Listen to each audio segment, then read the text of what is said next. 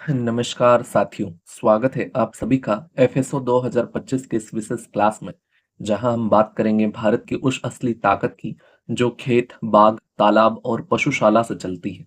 आज का टॉपिक है बागवानी फसलें, कृषि वानिकी प्रणाली, जल कृषि, बतख कुक्कुट सह मछली, डेयरी सह मछली, सुअर पालन सह मछली, किसानों के लिए आजीविका घटकों के रूप में मूल्य श्रृंखला और माध्यमिक उद्यमों सहित छोटे, मध्यम और बड़े उद्यम।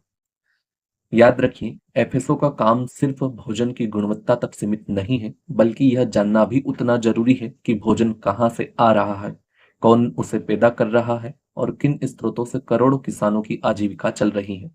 जब देश की अर्थव्यवस्था का बड़ा हिस्सा कृषि पर आधारित है, तब एक फूड सेफ्टी ऑफिसर का दायित्व बनता है कि वो उत्पादन को उपभोग तक की हर कड़ी को समझे। आज की क्लास में हम जानेंगे कैसे बागवानी फसलें पोषण देती हैं, कृषि वानिकी पर्यावरण को संजीवनी देती है, जल कृषि एवं पशुपालन किसानों की आय को स्थिर करते हैं और कैसे छोटे बड़े ग्रामीण उद्यम ग्रामीण भारत की रीढ़ है। चलिए शुरुआत करते हैं इस महत्वपूर्ण टॉपिक की, जो न केवल आपकी परीक्षा के लिए बल्कि एक जागरूक एफएसओ बनने के लिए अनिवार्य है। सर्वप्रथम वीडियो को लाइक करें और बढ़ते हैं अपनी क्लास की ओर। कृषि प्रणालियां क्या होती हैं? Farming system. कृषि प्रणाली दृष्टिकोण में संपूर्ण खेत को एक ही रूप में देखा जाता है, न कि अलग अलग कृषि गतिविधियों के रूप में। इसका मुख्य उद्देश्य किसानों की आय और जीवन स्तर में सुधार के साथ साथ उच्च उत्पादन और लाभप्रदता प्राप्त करना है। कृषि प्रणाली की परिभाषा की बात करें तो यह एक आपस में जुड़ा हुआ तंत्र होता है, जिसमें मृदा, फसलें, पशु, औजार, श्रम, ऊर्जा और पूंजी आदि शामिल होते हैं। किसान इसे नियंत्रित करते हैं और यह नीतियों, संस्थानों और सामाजिक आर्थिक परिस्थितियों से प्रभावित होता है। कृषि प्रणाली दृष्टिकोण की आवश्यकता, need for the farming system approach. आज की कृषि चुनौतियों के कारण यह दृष्टिकोण आवश्यक हो गया है। कृषि लागत में वृद्धि, उर्वरक, बीज और अन्य कृषि आदानों की बढ़ती कीमतें, बाजार मूल्य अस्थिरता तो कृषि उत्पादों के दाम में उतार चढ़ाव, जलवायु परिवर्तन एवं कीट प्रकोप तो फसल उत्पादन में जोखिम बढ़ रहा है। पर्यावरणीय गिरावट, मृदा उर्वरता में कमी, जल स्रोतों का ह्रास, किसानों की अस्थिर आय, छोटे और सीमांत किसानों की आर्थिक स्थिति कमजोर होना, भूमि विभाजन, छोटे भूखंडों के कारण कृषि की दक्षता में कमी। यह दृष्टिकोण कृषि को अधिक टिकाऊ, कम जोखिम वाला और संसाधनों का कुशल उपयोग सुनिश्चित करता है। कृषि प्रणाली दृष्टिकोण की प्रमुख विशेषताएं देख लेते हैं। सबसे पहले आता है उत्पादकता, लाभप्रदता, स्थिरता और सततता। ठीक है, प्रोडक्टिविटी, प्रॉफिटेबिलिटी, स्टेबिलिटी और सस्टेनेबिलिटी। दीर्घकालिक कृषि विकास सुनिश्चित करता है। समग्र एकीकरण, यानी कि फसल, पशुपालन, मत्स्य पालन आदि को आपस में जोड़कर कृषि की दक्षता को बढ़ाता है। समुदाय भागीदारी, किसानों को योजना क्रियान्वयन में सक्रिय भागीदार बनाता है। परस्पर जुड़ाव और बाधाओं का विश्लेषण, सामाजिक, आर्थिक और जैव भौतिकी कारकों का आकलन करता है। प्रौद्योगिकी एकीकरण, यानी कि वैज्ञानिक नवाचारों का उपयोग करके उत्पादन को बढ़ाता है। निरंतर सीखने और सुधार की प्रक्रिया, यानी कि योजना, परीक्षण, निगरानी और मूल्यांकन को अपनाता है। नीतिगत और संस्थागत समर्थन, जिसमें सरकारी योजनाओं और कृषि विस्तार सेवाओं की मदद से किसानों को सहायता प्रदान करता है। कृषि प्रणाली दृष्टिकोण के उद्देश्य की बात करें तो सतत कृषि, गृहस्थी प्रणालियों का विकास, दीर्घकालिक कृषि एवं ग्रामीण विकास सुनिश्चित करता है। कृषि उत्पादकता एवं दक्षता में सुधार, संसाधनों के कुशल उपयोग को बढ़ाता है। आय के स्तर में वृद्धि, किसानों के लिए बहुआयामी आय स्रोत प्रदान करता है। ग्रामीण आजीविका को सशक्त बनाना, यानी कि खाद्य सुरक्षा और रोजगार सृजन में योगदान देता है। कृषि प्रणाली रणनीति की बात करें तो कृषि भूमि के क्षैतिज विस्तार की सीमित संभावनाओं को देखते हुए एकीकृत कृषि के माध्यम से ऊर्ध्वाधर विस्तार का सबसे अच्छा विकल्प है, विशेष रूप से वर्षा आश्रित, शुष्क, आदिवासी और पहाड़ी क्षेत्रों के लिए। संभावित कृषि उद्यम संयोजन, जिसमें कृषि प्लस पशुपालन प्लस कुक्कुट पालन, कृषि प्लस बागवानी प्लस रेशम उत्पादन, कृषि वानिकी और सिल्वी पशुपालन, धान की खेती, मत्स्य पालन, धान की खेती प्लस मत्स्य पालन प्लस मशरूम उत्पादन, फूलों की खेती यानी कि फ्लोरिकल्चर प्लस मधुमक्खी पालन यानी कि एपीकल्चर, मत्स्य पालन प्लस बतख पालन प्लस कुक्कुट पालन। लाभ क्या होते हैं? तो ये विविधीकृत प्रणालियां जोखिम प्रबंधन में सुधार, आय में वृद्धि और संसाधनों के प्रभावी उपयोग को बढ़ावा देती हैं। बागवानी फसलों के बारे में। बागवानी यानी कि हॉर्टिकल्चर, कृषि की एक शाखा है जो फलों और सब्जियों, सजावटी पौधों की खेती से संबंधित है। यह पूंजी और श्रम गहन कृषि होती है। भारत में बागवानी भारत को विविध कृषि जलवायु का आशीर्वाद प्राप्त है। जो बड़ी संख्या में बागवानी फसलों जैसे फल, सब्जियां, मसाले, कंदमूल, सजावटी पौधे, सुगंधित पौधे, औषधीय पौधे और नारियल, सुपारी, काजू तथा कोको जैसी बागवानी फसलों की खेती के लिए अत्यधिक अनुकूल है। वर्तमान में फसलें देश के सकल क्षेत्र फसल क्षेत्र का लगभग 10% हिस्सा गिरती हैं और वर्ष 2021 में इनका कुल उत्पादन लगभग 330 मिलियन टन था। भारत की वैश्विक स्थिति। भारत दुनिया में फलों और सब्जियों का दूसरा सबसे बड़ा उत्पादक है। फलों का कुल उत्पादन लगभग 102 मिलियन टन है, जो 6.8 मिलियन हेक्टेयर भूमि से प्राप्त होता है। सब्जियों के क्षेत्रफल की बात करें तो लगभग 10.8 मिलियन हेक्टेयर है। इनका कुल उत्पादन 196 मिलियन टन होता है। बागवानी के जनक की बात करें तो विश्व में बागवानी के जनक लिबर्टी हाइड बेली, वे एक अमेरिकी बागवानी विशेषज्ञ, वनस्पति शास्त्री और American society for horticulture science के सह संस्थापक है। कौन? लिबर्टी हाइड बेली। उन्होंने बागवानी के क्षेत्र में महत्वपूर्ण योगदान दिया, जिसके कारण उन्हें आधुनिक बागवानी का जनक कहा जाता है। भारत में बागवानी का जनक M.H. मारी गौड़, ठीक है, मारी गौड़ा, वे एक दूरदर्शी व्यक्ति थे जिन्होंने इस क्षेत्र में क्रांति ला दी। उनके प्रयासों से कर्नाटक सहित पूरे हॉर्टिकल्चर के क्षेत्र में महत्वपूर्ण प्रगति हुई। कौन? M.H. मारी गौड़ा के चित्र जनक, फादर ऑफ हॉर्टिकल्चर। पोमोलॉजी क्या होता है? तो फलों और मेवा यानी कि नट की फसलों की रोपाई, कटाई, भंडारण, प्रसंस्करण और विपणन से संबंधित शाखा है। ओलेरीकल्चर सब्जियों के उत्पादन और विपणन से संबंधित शाखा है। ऑर्बिरिकल्चर व्यक्तिगत वृक्षों, झाड़ियों और अन्य बहुवर्षीय काष्ठीय पौधों के अध्ययन, चयन और देखभाल से संबंधित शाखा है। सजावटी बागवानी, जिसमें क्या होता है? ऑर्नामेंटल हॉर्टिकल्चर, इसमें दो उपशाखाएं सम्मिलित होती हैं। एक होता है फ्लोरिकल्चर, जिसमें पुष्पी फसलों के उत्पादन, उपयोग और विपणन से संबंधित है। लैंडस्केप बागवानी, जिसमें भारी वातावरण को सुंदर बनाने के लिए उपयोग किए जाने वाले पौधों के उत्पादन और विपणन से संबंधित शाखा है। विटीकल्चर की बात करें तो यह हॉर्टिकल्चर की एक विशेष शाखा है जो मुख्य रूप से अंगूर की खेती और शराब उत्पादन पर केंद्रित होती है। विटीकल्चर। ओइनोलॉजी, यह शराब बनाने की एक विज्ञान है, ठीक है, जिसमें अंगूर और अन्य फलों के किण्वन की प्रक्रिया शामिल होती है। टर्फ प्रबंधन की बात करें तो खेल के मैदानों, पार्कों और आवासीय लॉन्च सहित विभिन्न उद्देश्यों के लिए टर्फ ग्रास यानी घास की खेती और रखरखाव। लैंडस्केप बागवानी पौधों और प्राकृतिक तत्वों का उपयोग करके सौंदर्यपूर्ण बाहरी स्थानों को डिजाइन करना, विकसित करने और बनाए रखने की कला और विज्ञान है। बागवानी फसलों का वर्गीकरण देखते हैं, जिसमें फल आता है। परिभाषा: पौधों का खाद्य मीठा खट्टा उत्पाद जिसे ताजा या प्रसंस्कृत रूप में खाया जाता है। उदाहरण की बात करें तो उष्णकटिबंधीय फल, जिसमें आम, केला, पपीता, अमरूद और अनानास है। उपोष्णकटिबंधीय फल, जिसमें साइट्रस यानी कि संतरा, नींबू, मौसम्बी और अनार और चीकू। शीतोष्ण फल की बात करें तो जिसमें सेब, नाशपाती, आड़ू आता है, आलू बुखारा आता है और चेरी आता है। अब देखते हैं हम सब्जियों की। सब्जियां क्या होती है? तो साकी पौधों के खाद्य भाग जिन्हें ताजा या पकाकर खाया जाता है, सब्जियां कहलाती हैं। जिसमें पत्तेदार सब्जियां, पालक, सलाद, पत्ता गोभी। मूल सब्जियां, जिसमें गाजर, मूली, चुकरकंद। फल सब्जियां, जिसमें टमाटर, बैगन, खीरा, शिमला मिर्च आती है। और दलहनी सब्जियां, जिसमें मटर और सेम आती है। फूल की बात करें तो सजावटी और सौंदर्यात्मक और वाणिज्यिक उद्देश्यों के लिए उगाए जाते हैं।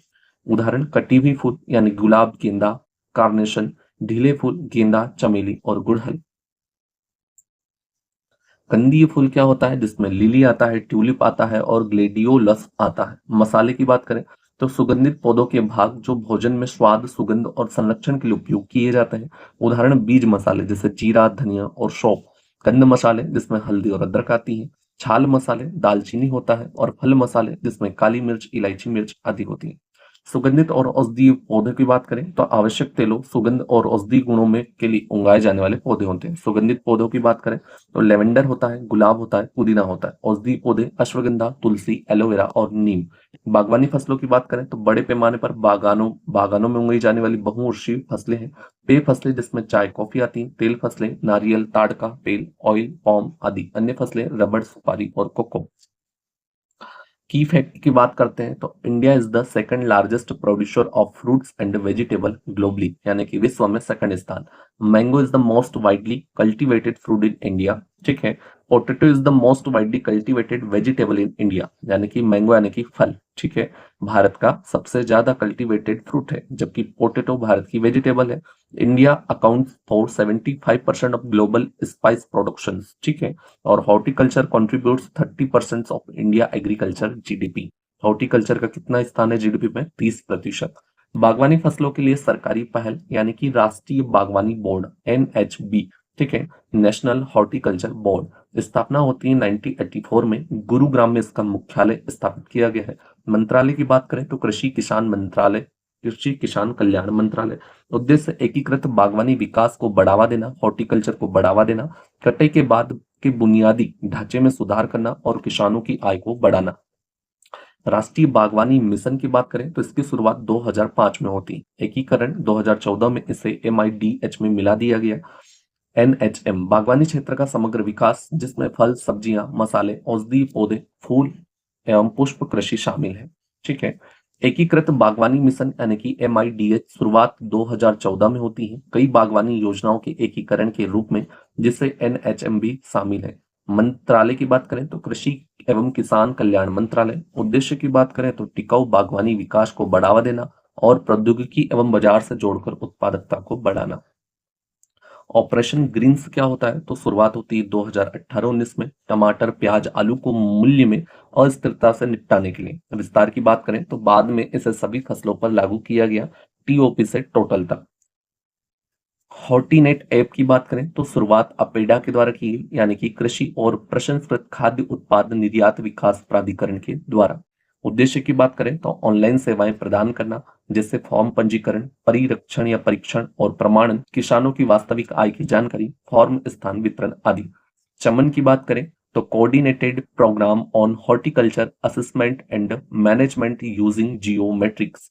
उद्देश्य होता है भू स्थानिक अध्ययन और रिमोट सेंसिंग तकनीक के माध्यम से बागवानी क्षेत्रों की डिजिटल सूची विकसित करना और फसल क्षेत्र एवं उत्पादन का मानचित्रण करना। चमन नाम होता है, एक बार और फुल फॉर्म देख लीजिए, coordinated programme on horticulture assessment and management using geometrics. अब देखते हैं हम कृषि वानिकी प्रणाली, यानी कि एग्रो फॉरेस्ट्री सिस्टम। कृषि वानिकी प्रणाली एक भूमि उपयोग प्रणाली है जिसमें लकड़ी देने वाली बहुवर्षीय पौधे, जैसे पेड़, झाड़ियां, बेल, बांस, पाम आदि को कृषि फसलों, चारागाह और पशुपालन के साथ उगाया जाता है। यह प्रणाली पारिस्थितिक और आर्थिक दोनों दृष्टियों से लाभकारी होती है। कृषि वानिकी के उद्देश्य की बात करें तो भूमि का कुशल उपयोग, जिसमें भूमि की उत्पादकता को बढ़ाना और पुनर्स्थापित करना है। संसाधनों का अनुकूलन, उपलब्ध संसाधनों का प्रभावी और आर्थिक रूप से उपयोग करना। रोजगार सृजन की बात करें तो ग्रामीण आबादी के लिए रोजगार के अवसर पैदा करना। कच्चे माल की आपूर्ति, जिसमें लकड़ी, लुगदी, फाइबर और औषधीय जड़ी बूटियां, जिसमें गोंद, मोम, रेजिन, लाख, टेनिन, डाई तेल और तेल खली जैसी वस्तुएं प्रदान करना। मूलभूत आवश्यकताओं की पूर्ति, छोटे और सीमांत किसानों के लिए भोजन, चारा, ईंधन, लकड़ी, फल एवं अन्य आवश्यक संसाधन उपलब्ध कराना। मृदा संरक्षण और स्थिरता, कृषि वानिकी निम्नलिखित तरीकों से भूमि की रक्षा और स्थिरता बनाए रखने में मदद करती है। मृदा की उर्वरता और संरचना में सुधार, मृदा अपरदन को रोकना और जल संरक्षण और जल धारण क्षमता को बढ़ाना। कृषि वानिकी की मूलभूत अवधारणा, यानी कि कृषि वानिकी कृषि और वानिकी के बीच की कड़ी है, जिसमें मिश्रित भूमि उपयोग प्रणाली को अपनाकर विशेष पर्यावरणीय और आर्थिक चुनौतियों का समाधान किया जाता है, विशेषकर उष्णकटिबंधीय विकासशील क्षेत्रों में। कृषि वानिकी की मुख्य विशेषताएं नियर 1993 के अनुसार 1993 के अनुसार कृषि वानिकी प्रणालियों की तीन प्रमुख विशेषताएं हैं। एक होता है प्रोडक्टिविटी यानी कि उत्पादकता, दूसरी होता है स्थिरता यानी कि सस्टेनेबिलिटी, थर्ड होता है स्वीकृति यानी कि एक्सेप्टेबिलिटी। उत्पादकता की बात करें तो कृषि वानिकी का लक्ष्य भूमि की उत्पादकता को बनाए रखना या बढ़ाना, वृक्ष उत्पादों यानी कि लकड़ी, फल आदि के उत्पादन में वृद्धि, फसल और घास की पैदावार को बढ़ाना, उर्वरकों और कीटनाशकों जैसे बाहरी सामग्री की लागत को कम करना, श्रम दक्षता यानी कि लेबर इफिशियंसी को सुधारना। स्थिरता की बात करें, सस्टेनेबिलिटी, कृषि प्रणाली में वृक्षों को शामिल करके भूमि की उत्पादकता को संरक्षित करना, मृदा संरक्षण और उर्वरता में वृद्धि करना, पर्यावरण क्षरण यानी कि इन्वायरमेंटल डिग्रेडेशन को कम करना। स्वीकृति की बात करें तो कृषि वानिकी कोई प्रणाली नहीं है, यह सदियों से विभिन्न नामों से प्रचलित है। नई कृषि वानिकी तकनीकों को स्थानीय कृषि परंपराओं के अनुरूप बनाना, किसानों के लिए इसे सरल और प्रभावी और लाभकारी बनाना। कृषि वानिकी प्रणालियों का वर्गीकरण, जिसमें प्रणालियों के लिए कोई सार्वभौमिक रूप से स्वीकृत वर्गीकरण नहीं है, हालांकि आमतौर पर 4 प्रमुख मानदंडों के आधार पर इनका वर्गीकरण किया जाता है। नंबर 1 होता है प्रणाली की संरचना यानी कि स्ट्रक्चर ऑफ द सिस्टम। इस वर्गीकरण का आधार कृषि वानिकी प्रणाली में मौजूद घटकों, पेड़, फसलें और पशु की प्रकृति और उनका संयोजन होता है। प्रणाली के कार्य की बात करें तो प्रत्येक घटक की भूमिका और उससे प्राप्त होने वाले उत्पाद इस वर्गीकरण को निर्धारित करते हैं। कृषि प्रणालियां यानी कि कुछ प्रणालियां खाद्य उत्पादन पर केंद्रित होती हैं, जबकि अन्य लकड़ी, चारे एवं मृदा संरक्षण पर जोर देती हैं। कृषि पर्यावरणीय क्षेत्र आधारित वर्गीकरण यानी कि कृषि वानिकी प्रणाली जलवायु परिस्थितियों और भौगोलिक स्थान के अनुसार भिन्न होती है। कृषि क्षेत्र में कृषि वानिकी प्रणाली की उपयुक्तता तापमान, वर्षा, मिट्टी के प्रकार जैसे कारकों पर निर्भर करती है। सामाजिक आर्थिक मानदंड इस वर्गीकरण में प्रबंधन स्तर, आर्थिक पैमाने और कृषि वानिकी प्रणाली को अपनाने और इसकी स्थिरता को प्रभावित करने वाले सामाजिक सांस्कृतिक कारकों को ध्यान में रखा जाता है। प्रमुख कृषि वानिकी प्रणालियां मुख्य रूप से 3 बुनियादी घटकों पर आधारित है। लकड़ी युक्त 12 पौधे, पेड़, झाड़ियां, शाकीय पौधे और पशु। इन घटकों की प्रकृति के आधार पर कृषि वानिकी प्रणालियों को निम्नलिखित 3 प्रमुख श्रेणियों में वर्गीकृत किया जाता है। कृषि सिल्वीकल्चर यानी इस प्रणाली में कृषि फसलों के साथ साथ पेड़ों या लकड़ी युक्त 12 पौधों की खेती की जाती है। यह कृषि वानिकी की सबसे व्यापक रूप से अपनाई गई जाने वाली पद्धतियों में से एक है, जो फसल उत्पादन और लकड़ी ईंधन की प्राप्ति में संतुलन बनाए रखती है। सिल्वो पास्चरल प्रणाली, इस प्रणाली में पेड़ों को चारागाह यानी कि घास के मैदानों और पशुपालन के साथ जोड़ा जाता है। इसका मुख्य उद्देश्य पशुओं के लिए चारे और आश्रय की उपलब्धता को बढ़ाना, साथ ही पर्यावरणीय स्थिरता बनाए रखना है। कृषि सिल्वो पास्चरल प्रणाली, इस प्रणाली में फसलें, पेड़ और पशुपालन का समावेश होता है। यह एक ही भूमि में से खाद्य, चारा, लकड़ी और पारिस्थितिक संतुलन जैसे बहुआयामी लाभ प्रदान करती है। भारत में कृषि वानिकी को बढ़ावा देने के लिए उठाए गए कुछ कदम हैं, जैसे राष्ट्रीय कृषि वानिकी नीति। यह भारत में 2014 में राष्ट्रीय कृषि वानिकी नीति अपनाने वाला पहला देश बना। कौन? भारत। इस नीति का उद्देश्य रोजगार को बढ़ावा देना, भूमि की उत्पादकता में सुधार करना और पर्यावरणीय संरक्षण सुनिश्चित करना है। भारतीय वन एवं लकड़ी प्रमाणन योजना यानी कि Indian forest and would certification scheme, इसे 2023 में पर्यावरण, वन और जलवायु परिवर्तन मंत्रालय द्वारा शुरू किया गया था। इस योजना का उद्देश्य वनों और कृषि वानिकी के सतत प्रबंधन को बढ़ावा देना है। अब बात करते हैं एक्वाकल्चर यानी कि मत्स्य पालन की। मत्स्य पालन का अर्थ जलीय जीवों और पौधों की खेती से है, जिसका उद्देश्य भोजन, मनोरंजन और सजावटी उपयोग से होता है। उद्देश्य भोजन, मनोरंजन और सजावटी उपयोग से होता है। एक्वाकल्चर यानी कि मत्स्य पालन शब्द अंग्रेजी में अपेक्षाकृत नया है। पहले इसे फिश कल्चर यानी कि मत्स्य पालन कहा जाता था, क्योंकि इसका मुख्य उद्देश्य मछलियों का प्रजनन और पालन पोषण था। समय के साथ इसका दायरा मछलियों से आगे बढ़कर कई जलीय जीवों या जलीय पौधों और जीवों तक विस्तृत हो गया, जिससे एक्वाकल्चर अधिक उपयुक्त शब्द बन गया। एक्वाकल्चर की शुरुआत कम से कम 500 ईसा पूर्व से मानी जाती है, लेकिन इसका व्यावसायिक महत्व 20वीं शताब्दी के मध्य बढ़ा। 550 से अधिक जलीय प्रजातियां इस प्रणाली के माध्यम से पाली जाती हैं। प्रमुख प्रजातियों की बात करें तो शीर्ष मछली प्रजातियों में कार्प, केटफिश, सैल्मन, तिलापिया आदि। सप्लाइट यानी कि संप्लाइट सेलफिश शंखधारी जीव, जिसमें झींगा, सीप, क्लेम, मसल्स, स्कैल्प्स। समुद्री खेती में नया जोड़, विभिन्न प्रकार की समुद्री शैवाल, जो वैश्विक वार्षिक उत्पादन का 27% है। प्रमुख उत्पादक देश की बात करें तो चीन विश्व में सबसे बड़ा उत्पादक है, जो कुल 60% से अधिक जलीय कृषि उत्पादन करता है। भारत विश्व में तीसरा सबसे बड़ा मछली उत्पादक देश है, जो वैश्विक उत्पादन का 8% योगदान देता है। अन्य प्रमुख देश इंडोनेशिया और वियतनाम। एक्वाकल्चर के घटक की बात करें तो एक्वाकल्चर को जलीय वातावरण के अनुसार 3 भागों में विभाजित किया जाता है, जो जल की लवणता यानी कि सैलिनिटी स्तर पर आधारित होता है। मीठे पानी के एक्वाकल्चर, इसमें 0.5 भाग प्रति हजार पीपीटी से कम लवणता वाले जल में मत्स्य पालन किया जाता है। इस प्रकार के जल में पाली जाने वाली प्रजातियों को मीठे पानी की प्रजातियां कहा जाता है। इसके 2 भागों में विभाजित किया जाता है। शीत जल एक्वाकल्चर यानी कि कोल्ड वाटर एक्वाकल्चर, ठंडे क्षेत्रों में जहां पानी का तापमान 18 डिग्री सेल्सियस से कम रहता है। कितने डिग्री सेल्सियस से? 18 डिग्री सेल्सियस से।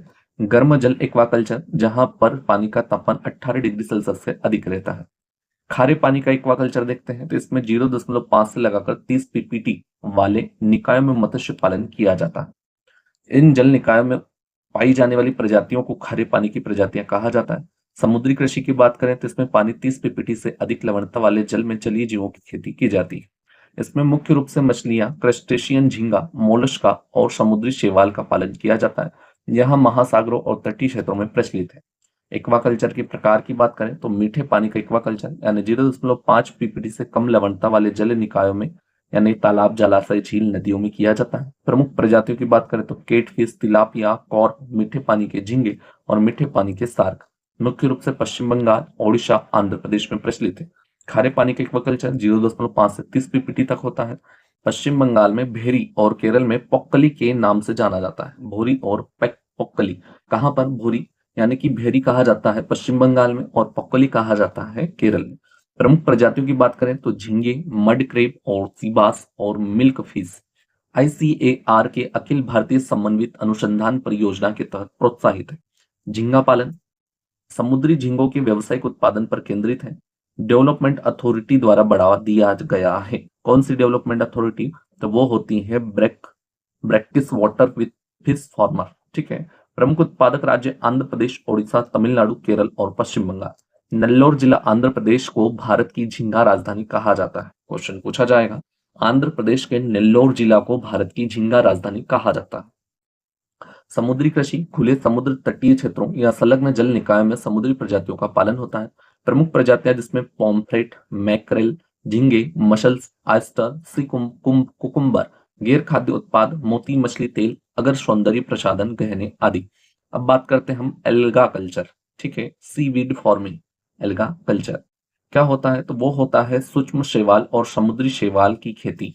ठीक है। जिसमें खाद्य और औद्योगिक उपयोग के लिए किया जाता है। समुद्री शैवाल वैश्विक एक्वाकल्चर उत्पादन का 30% बनाते हैं।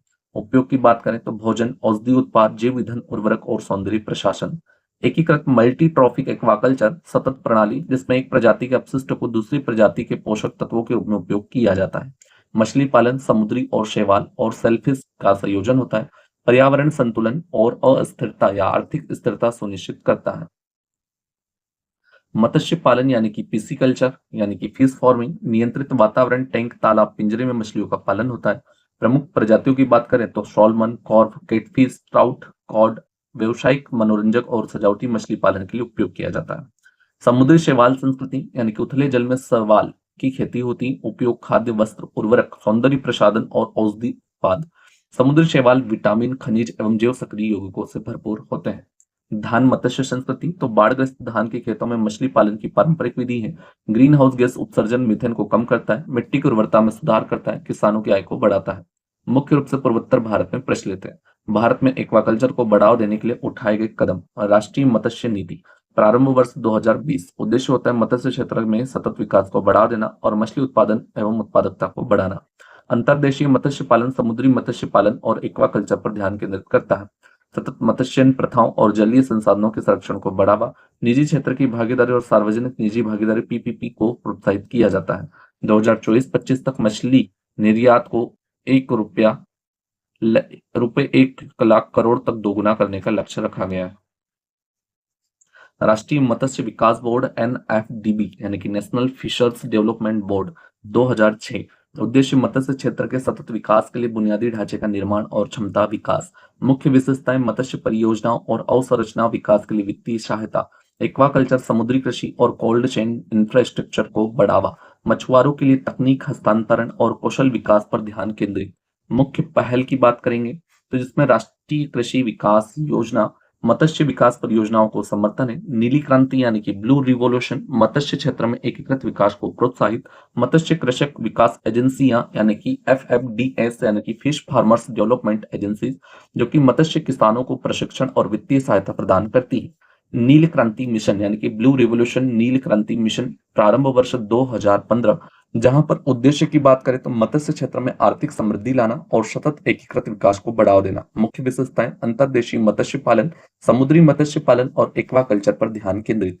प्रधानमंत्री मत्स्य संपदा योजना की बात करें पीएमएमएसवाई यानी कि प्रधानमंत्री मत्स्य संपदा योजना प्रारंभ वर्ष 2020 में होती। उद्देश्य की बात करें तो मत्स्य क्षेत्र की महत्वपूर्ण चुनौतियों को दूर करना और 2024-25 तक मछली को निर्यात दोगुना करना। मुख्य विशेषताओं की बात करें तो अंतर्देशीय मत्स्य पालन समुद्री मत्स्य पालन और एक्वाकल्चर को बढ़ावा। सतत मत्स्यन प्रथाओं और जलीय संसाधनों के संरक्षण पर ध्यान। 2024-25 तक मछली उत्पादन को 22 मिलियन टन तक बढ़ाने का लक्ष्य रखा गया है। अब देखते हैं हम बतख कुक्कुट समेकित मत्स्य पालन। ठीक है, बतख समेकित मत्स्य पालन यानी कि डक कम फिश और कुक्कुट समेकित मत्स्य पालन यानी कि पोल्ट्री कम फिश एक एकीकृत जलीय कृषि प्रणाली है जिसमें मछली पालन के साथ साथ बतखों या मुर्गियों का पालन किया जाता है ताकि उत्पादकता को अधिकतम किया जा सके। यह प्रणाली अपशिष्ट पुनर्चक्रण यानी कि वेस्ट रिसाइकलिंग के सिद्धांत पर आधारित है जिसमें मछली उत्पादन बढ़ता है और इनपुट लागत कम होती है। बतख समेकित मत्स्य पालन प्रक्रिया होती है, बतखों को तालाब या जलीय निकायों में पाला जाता है और उनके मलमूत्र से पानी में प्राकृतिक जैविक उर्वरक यानी कि नाइट्रोजन, फास्फोरस और पोटेशियम मिलता है। यह प्राकृतिक प्लवक के विकास को बढ़ावा देता है जो मछलियों के लिए प्राकृतिक आहार का कार्य करता है। बतखें जलीय खरपतवारों और कीट लार्वा को नियंत्रित करती हैं जिससे मछलियों की वृद्धि में लाभ होता है। लाभ क्या होता है तो पोषक पुनर्चक्रण यानी बतख के मल से प्राकृतिक उर्वरक मिलता है जिससे अतिरिक्त चारे और उर्वरकों की आवश्यकता कम होती। मछली उत्पादन में वृद्धि, अध्ययन बताते कि बतख के मल से मछली उत्पादन 30 से 40% तक बढ़ सकता है। खरपतवार एवं कीट नियंत्रण, बतखें जलीय खरपतवारों और कीटों को खाकर तालाब को साफ रखती है। अतिरिक्त आय की बात करें तो किसान बतख के अंडे, मांस और पंखों से अतिरिक्त कमाई कर सकते हैं। लागत प्रभावशीलता, बतखों के मल से प्लवक उत्पादन बढ़ता है जिससे मछली आहार की लागत बचती है। उपयुक्त मछली की बात करें तो भारतीय प्रमुख कार्प, कतला, रोहू, मृगल आदि है। विदेशी कॉर्प क्या होता है जिससे कॉमन कॉर्प, सिल्वर कॉर्प और ग्रॉस कॉर्प कहा जाता है। अन्य प्रजातियों में तिलापिया, पंगासियस आदि है। भंडारण घनत्व की बात करें तो बतख घनत्व 200 से 300 बतख प्रति हेक्टेयर है। मछली भंडारण 5000 से 7000 फिंगर लिंग्स प्रति हेक्टेयर। मछली उत्पादन 3500 से 4500 किलोग्राम 3500 से 4500 किलोग्राम हेक्टेयर वर्ष, जबकि सामान्य मछली पालन में 2000 से 2500 किलोग्राम हेक्टेयर वर्ष होता है। चुनौतियों की बात करें तो जल गुणवत्ता प्रबंधन, अधिक मात्रा में बतख के मल से ऑक्सीजन की कमी हो सकती है। शिकार का जोखिम, बतख छोटी मछलियों को खा सकती हैं जिससे सही प्रजातियों का चयन आवश्यक है। रोग प्रबंधन, बतख और मछलियों के बीच जूनोटिक संक्रमण हो सकता है। जूनोटिक। अब देखते हैं हम कुक्कुट समेकित मत्स्य पालन यानी कि पोल्ट्री कम फिश कल्चर। प्रक्रिया होती है, मुर्गियां या बटेर को तालाब के ऊपर बने प्लेटफॉर्म पर पाला जाता है। इन पक्षियों के मल सीधे तालाब में गिरते हैं जो प्राकृतिक उर्वरक का कार्य करते हैं और प्लवक उत्पादन को बढ़ावा देते हैं। यह प्रणाली मछली पालन में रासायनिक उर्वरकों पर निर्भरता कम करती है। लाभ, पोषण पुनर्चक्रण यानी कि मुर्गी के मल तालाब में प्राकृतिक उर्वरक का कार्य करते हैं जिससे जल की उत्पादकता बढ़ती है। मछली उत्पादन में वृद्धि, मछली उत्पादन का 50 से 60% तक बढ़ सकता है। दोहरा आय स्रोत, किसानों अंडों, मांस और मछलियों के अतिरिक्त कमाई कर सकते हैं। चारे की लागत में कमी, मछलियों और प्राकृतिक प्लवक पर निर्भर करती है जिससे किसान यानी कि जिससे कृत्रिम चारे की आवश्यकता कम होती है। कम भूमि की आवश्यकता, तो यह प्रणाली कम जगह में अधिक उत्पादन सुनिश्चित करती है। भंडारण घनत्व एवं उत्पादन, मुर्गी घनत्व 500 से 1000 पक्षी प्रति हेक्टेयर होता है। मछली भंडारण 6000 से 8000 फिंगर लिंग्स प्रति हेक्टेयर।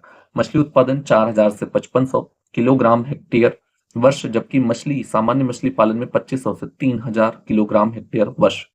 चुनौतियों की बात करें तो अधिक मात्रा में मल यानी कि अतिरिक्त मुर्गी का मल तालाब में ऑक्सीजन की कमी को कम कर सकता है, जो हमने पहले भी पढ़ा। रोग संक्रमण यानी कि मुर्गियों और मछलियों के बीच जल जनित रोगों का खतरा। शिकार का खतरा, पक्षियों की मौजूदगी से सांप और चूहे जैसे शिकारी आकर्षित हो सकते हैं।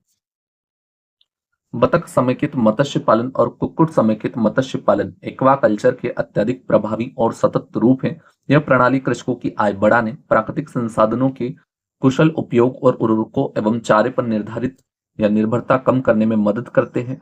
हालांकि जल गुणवत्ता और रोग प्रबंधन पर विशेष ध्यान देना आवश्यक है ताकि दीर्घकालिक लाभ सुनिश्चित किया जा सके। अब हम देखते हैं डेयरी समेकित मत्स्य पालन यानी कि डेयरी कम फिश फार्मिंग। संकल्पना और कार्यप्रणाली, गाय या भैंसों को मछली तालाबों के पास पाला जाता है। गोबर और मूत्र का उपयोग प्रत्यक्ष और अप्रत्यक्ष रूप से मछली तालाबों में जैविक उर्वरक के रूप में किया जाता है। गोबर के अपघटन से प्लवक का विकास होता है जो मछलियों के लिए प्राकृतिक आहार का कार्य करता है। यह रासायनिक उर्वरकों और कृत्रिम मछली आहार पर निर्भरता को कम करता है। लाभ वही, पोषण पुनर्चक्रण, मछली उत्पादन में वृद्धि।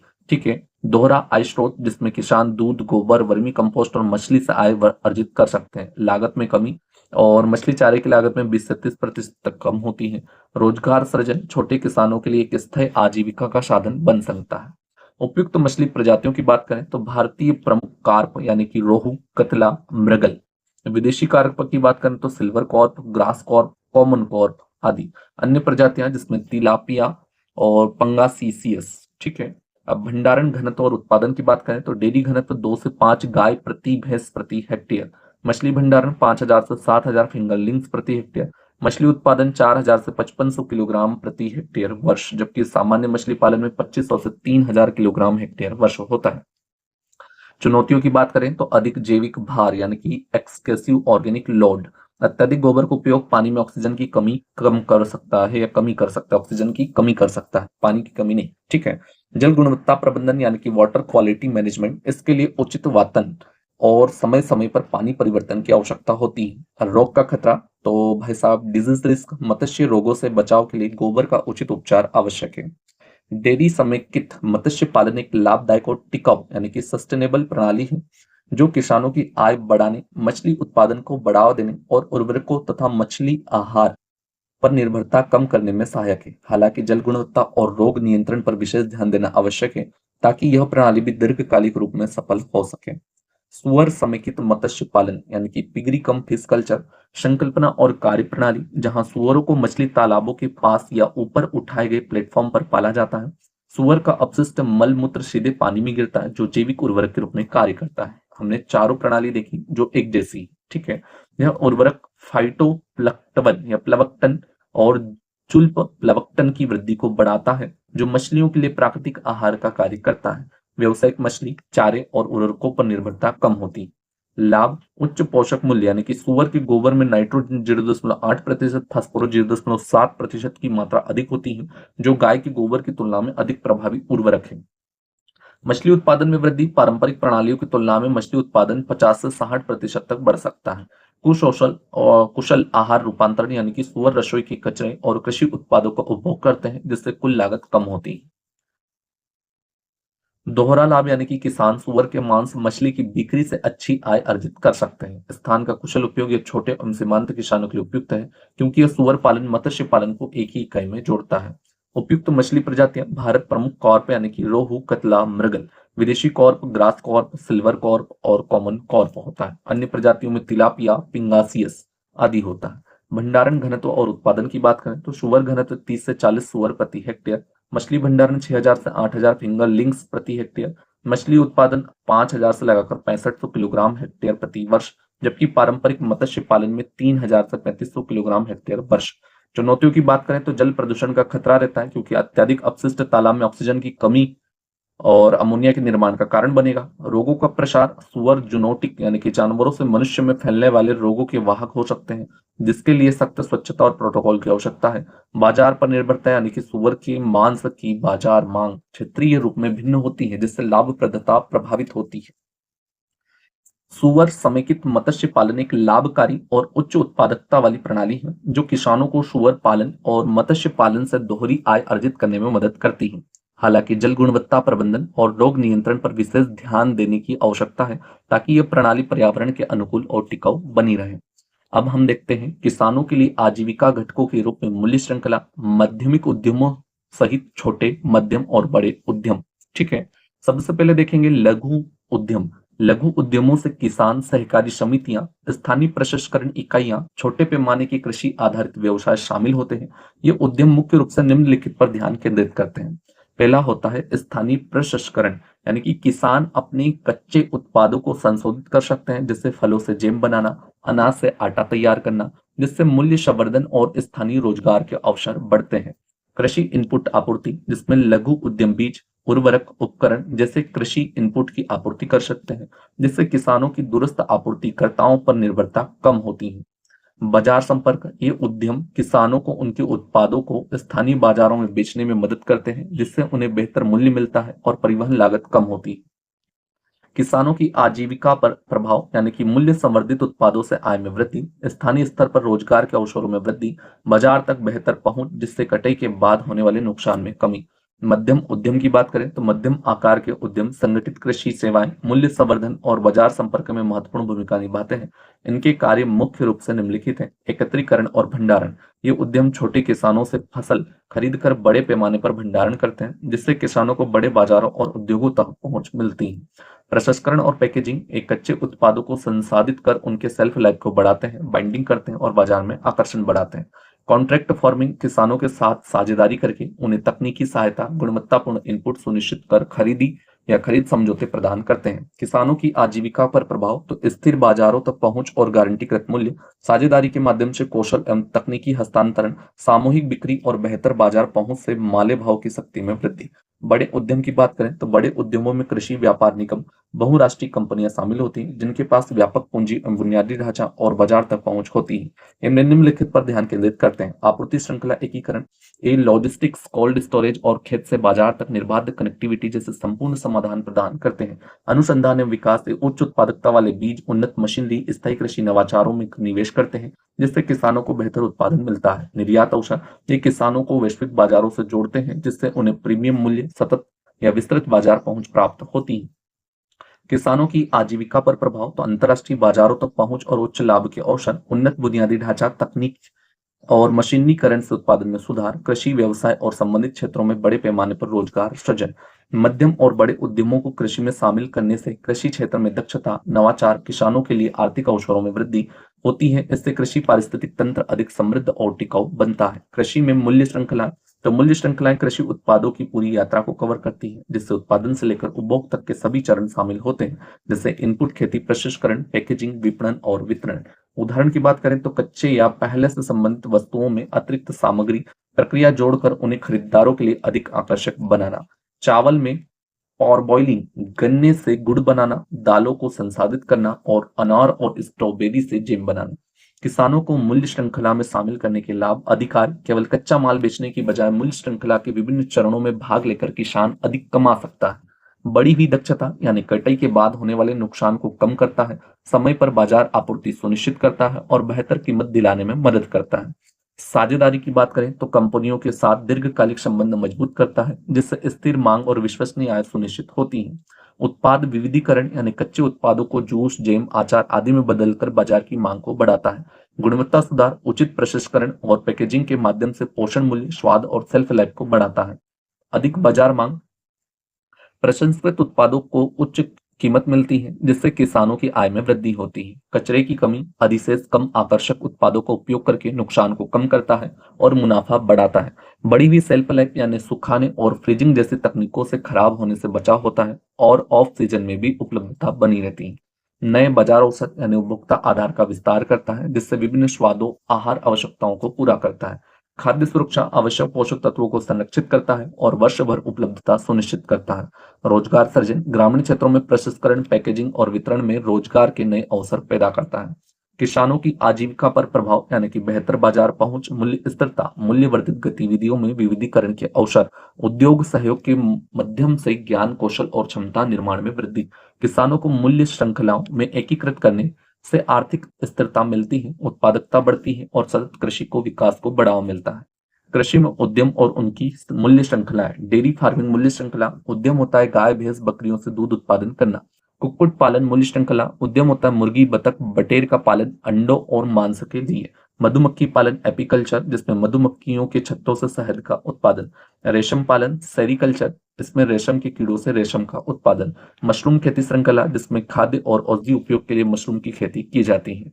जैविक खेती मूल्य श्रृंखला, जिसमें कीटनाशक मुक्त फसलों की खेती होती है। खाद्य प्रसंस्करण और मूल्य संवर्धन, जिसमें कृषि उत्पादों को प्रसंस्कृत कर पैकेज्ड खाद्य पदार्थों में बदलना। वर्मी कंपोस्टिंग मूल्य श्रृंखला, तो जिसमें केंचुओं का उपयोग करके जैविक खाद उत्पादन। नर्सरी और पौधे उत्पादन, तो कृषि और बागवानी के लिए पौधों के उत्पादन और बिक्री। कृषि पर्यटन मूल्य श्रृंखला, तो खेतों पर ग्रामीण पर्यटन का अनुभव प्रदान करना। कृषि में द्वितीयक और माध्यमिक उद्यम। किसानों के लिए आजीविका के घटक के रूप में द्वितीयक उद्यम वे गैर कृषि एवं संबंध गतिविधियां हैं जो प्राथमिक कृषि कार्यों के साथ साथ पूरक के रूप में कार्य करता है, किसानों को अतिरिक्त आय के स्रोत प्रदान करती हैं। ये उद्यम आय के स्रोतों में विविधता लाने, कृषि पर निर्भरता को कम करने और ग्रामीण परिवारों की आर्थिक स्थिरता को बढ़ाने में मदद करते हैं। कृषि प्रसंस्करण इकाइयां विवरण होते हैं कृषि कच्चे कृषि उत्पादों को मूल्य वर्धित वस्तुओं पर परिवर्तित करना, उदाहरण फल प्रसंस्करण, जैम जूस, सूखे फलों का उत्पादन आदि। अनाज प्रसंस्करण, चावल, गेहूं, मक्के को आटे में बदलना। ठीक है। दुग्ध प्रसंस्करण, पनीर, दही, मक्खन का उत्पादन करना। पशुपालन और कुक्कुट पालन, विवरण मांस, दूध, अंडे और अन्य उप उत्पादों के लिए पशुपालन। उदाहरण होता है डेयरी फार्मिंग, जिसमें दूध उत्पादन और प्रसंस्करण। कुक्कुट पालन में अंडों और मांस के लिए मुर्गियों का पालन। बकरी एवं भेड़ पालन, मांस एवं ऊन उत्पादन। मत्स्य पालन और जलीय कृषि, मछली और अन्य जलीय जीवों का पालन, जिसमें मीठे पानी की मछली पालन, कॉर्प, तिलापिया, केटफिश, झींगा पालन, घरेलू और निर्यात बाजारों के लिए। मधुमक्खी पालन, शहद, मोम और परागकण सेवाओं के लिए मधुमक्खी पालन, शहद उत्पादन और पैकेजिंग, मोम से मोमबत्तियां और सौंदर्य प्रसाधन बनाना। मशरूम की खेती, नियंत्रित वातावरण में मशरूम उगाना, बटन मशरूम, ऑयस्टर मशरूम और सिटाके मशरूम। सूखे और पैक किए गए मशरूम का निर्यात करना। हस्तशिल्प और कुटीर उद्योग, जिसमें हस्त निर्मित उत्पादों का निर्माण, बिक्री, जिसमें मिट्टी के बर्तन, बुनाई, कढ़ाई, बांस और बेंत के उत्पाद होते हैं। कृषि पर्यटन यानी कि कृषि को पर्यटन गतिविधि से जोड़ना। उदाहरण फार्म स्टे, फल तोड़ने का अनुभव। ग्रामीण पर्यटन, वाइन पर्यटन और कृषि पर्यटन रिजॉर्ट। नवीनीकरण या नवीकरणीय ऊर्जा परियोजनाएं, रिन्यूएबल एनर्जी प्रोजेक्ट, जिसमें ऊर्जा उत्पन्न करना, सौर ऊर्जा से चलने वाली सिंचाई प्रणाली, कृषि अपशिष्ट से बायोगैस संयंत्र। बीज उत्पादन और नर्सरी प्रबंधन, उच्च गुणवत्ता वाले बीज और पौधों के उत्पादन और बिक्री। सब्जियों और अनाज के संकर बीज, फलदार वृक्षों के पौधे और सजावटी पौधे। वर्मी कंपोस्टिंग और जैविक उर्वरक उत्पादन, केंचुओं की मदद से जैविक खाद बनाना, किसानों और बागवानों को वर्मी कंपोस्ट बेचना, तरल जैविक उर्वरक उत्पादन। फार्म उपकरण सेवाएं, जिसमें ट्रैक्टर, हार्वेस्टर, अन्य कृषि यंत्रों की किराए से सेवाएं प्रदान करना। छोटे किसानों के लिए निवेश लागत कम होती है। नवीकरणीय ऊर्जा समाधान, जहां पर बायोगैस प्लांट, सौर ऊर्जा प्रणाली, पवन ऊर्जा समाधान स्थापित करना। लाभ की बात करें तो ऊर्जा लागत को कम करता है और सतत रोजगार प्रदान करता है। इन द्वितीयक उद्यमों को अपनाकर, ठीक है, किसान अपनी आय में वृद्धि करते हैं या कर सकते हैं और कृषि पर निर्भरता कम कर सकते हैं और ग्रामीण अर्थव्यवस्था को सशक्त बना सकते हैं। किसानों के लिए द्वितीयक उद्यमों के लाभ, जिसमें आय का विविधीकरण होता है, इनकम डाइवर्सिफिकेशन, अतिरिक्त आय के स्रोत प्रदान करता है, जिससे केवल खेती पर निर्भरता कम होती है। उदाहरण की बात करें तो फसलों के साथ शहद और मोम को बेचना। जोखिम न्यूनीकरण, जिसमें फसल विफलता यानी कि बाजार में उतार चढ़ाव के प्रभाव को कम करता है। उदाहरण खराब फसल के मौसम में डेयरी फार्मिंग से आय प्राप्त करना। और रोजगार सृजन यानी कि एम्प्लॉयमेंट जनरेशन, प्रसंस्करण, विपणन और अन्य गतिविधियों में रोजगार के अवसर पैदा करता है। उदाहरण महिलाओं को फल प्रसंस्करण इकाइयों में रोजगार मिलना। मूल्य संवर्धन की बात करें तो कृषि उत्पादों के मूल्य में वृद्धि करता है। उदाहरण टमाटरों का सॉस पेस्ट में बदलना। सतत प्रथाओं को बढ़ावा यानी कि सस्टेनेबल प्रैक्टिस यानी कि जैविक खेती और नवीकरणीय ऊर्जा जैसी पर्यावरण अनुकूलन प्रथाओं को बढ़ावा देता है। कृषि अपशिष्ट से बायोगैस उत्पादन। बाजार पहुंच में सुधार यानी कि बड़े बाजारों तक पहुंच को बढ़ाता है, जिससे निर्यात भी शामिल है। सुपरमार्केट में पैक किए गए जैविक उत्पाद बेचना। ठीक है, चलिए मिलते हैं हम अगले टॉपिक में। तो साथियों, आज की इस क्लास में हमने जाना कि खेती सिर्फ जमीन जोतने का काम नहीं है, बल्कि यह पोषण, पर्यावरण और आजीविका का एक संगठित विज्ञान है। बतख पालन से लेकर मछली पालन तक और बागवानी से लेकर कृषि वानिकी तक, हर पहलू यह बताता है कि भारत का किसान सिर्फ अन्नदाता ही नहीं, विकास दाता भी है। और एक एफएसओ के रूप में हमारा यह दायित्व बनता है कि हम न केवल खाद्य सुरक्षा की निगरानी करें, बल्कि उस पूरी प्रक्रिया की समझ भी रखें जहां से भोजन आता है। अगर आपको ये क्लास ज्ञानवर्धक लगी हो तो चैनल को सब्सक्राइब करें, वीडियो को लाइक करें और कमेंट में जरूर बताएं आपको सबसे ज्यादा क्या नया सीखने को मिला। अगली क्लास में हम बताएंगे नाबार्ड, आईसीएआर यानी कि कृषि विश्वविद्यालय, केवीके द्वारा व्यावसायिक खेती और खेती आधारित आजीविका मॉडल। ठीक है, जय हिंद, धन्यवाद।